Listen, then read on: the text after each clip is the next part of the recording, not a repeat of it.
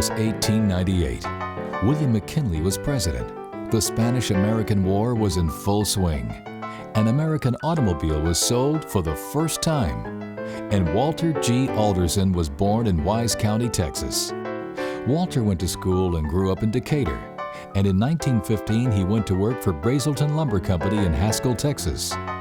Over the next 4 years, Walter and his wife Ora started a family and became respected members of the Haskell community.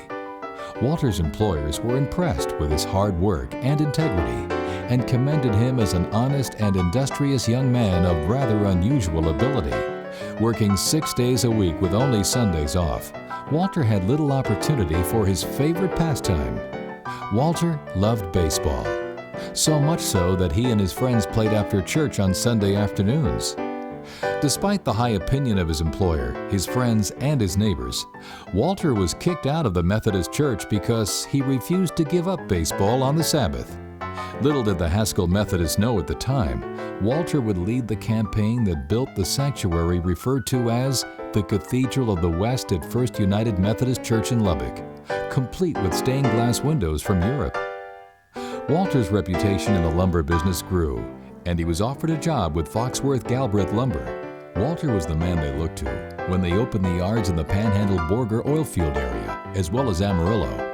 In 1927, he moved his family to Lubbock to take over South Plains operations and was responsible for the opening of Galbraith Steel and Supply in 1932. In 1935, Walter was surprised to receive a call from George Kirkendall.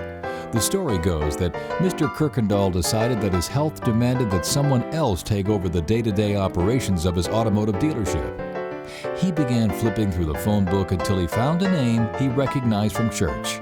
A good Christian man of solid character and integrity, Walter Alderson. Walter accepted his offer to take over Kirkendall Chevrolet as a partner and general manager, and spent the next 15 years instilling his belief that relationships, service, and community are the keys to success. Kirkendall Chevrolet thrived, and Walter became even more involved in community life. He was already active in the leadership of First United Methodist Church and added the Lubbock School Board and the Board of City Development to his endeavors. His sons, Gene, Orville, and Jack, learned from his example. Gene was the oldest of the Alderson boys. He graduated from Texas Tech in 1939 and attended the School of Modern Merchandising and Management for Sons of Chevrolet Dealers. Soon after, he married Linda Chappell and went to work with GMAC. Then World War II broke out, and Gene and his younger brother Orville signed up. Gene went to the Pacific as a Navy officer, and Orville went to Europe as a combat engineer with the Army Corps of Engineers. Here at home, car factories turned to making war vehicles. Walter went out and bought every Chevrolet part he could find, put parts bins in the showroom, and Kirkendall Chevrolet was profitable in the war years, even with no new vehicles to sell.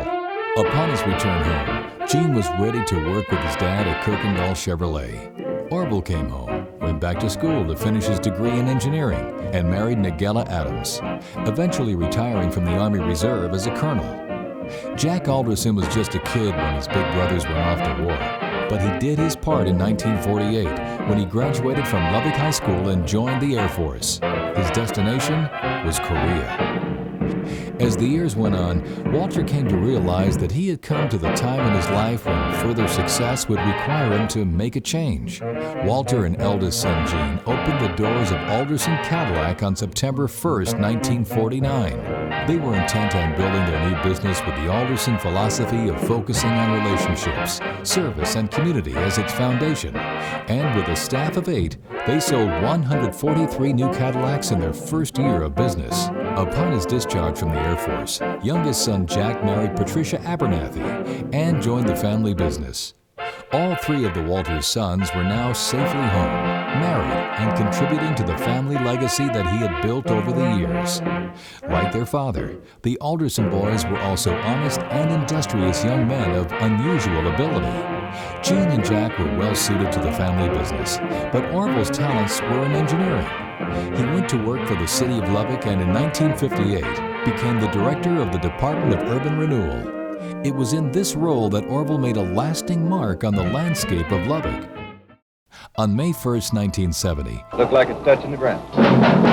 an F5 tornado cut a path through Lubbock, leaving devastation and dismay in its wake. Orville Alderson immediately went to work rebuilding the city he loved, bringing together the members of the City Advisory Committee on the morning after the tornado. Within a month, they had created the Neighborhood Development Program that brought in federal funding to acquire and rebuild destroyed homes and businesses and relocate citizens who were displaced. Over the next 4 years, 7 square miles were recovered. But that's not all. Under Orville's leadership, the disaster recovery package that brought Lubbock the Civic Center, Canyon Lakes Project, and Mahon Library was also created. Over the last 84 years, the Alderson family has continued to grow and give back. Walter and Ora Alderson's children and grandchildren have contributed to virtually every area of community life in Lubbock.